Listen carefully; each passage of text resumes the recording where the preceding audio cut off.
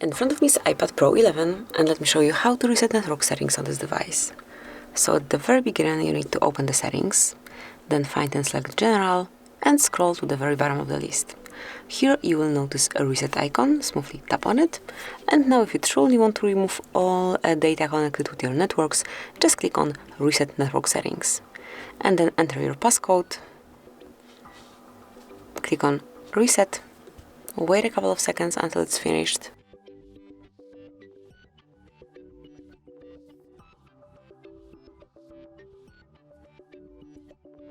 And that's it. As you can see, it has been done, and now you can set up your Wi-Fi, your Bluetooth from scratch. And this is it, that will be all. Thank you for watching. Please subscribe our channel and leave the thumbs up.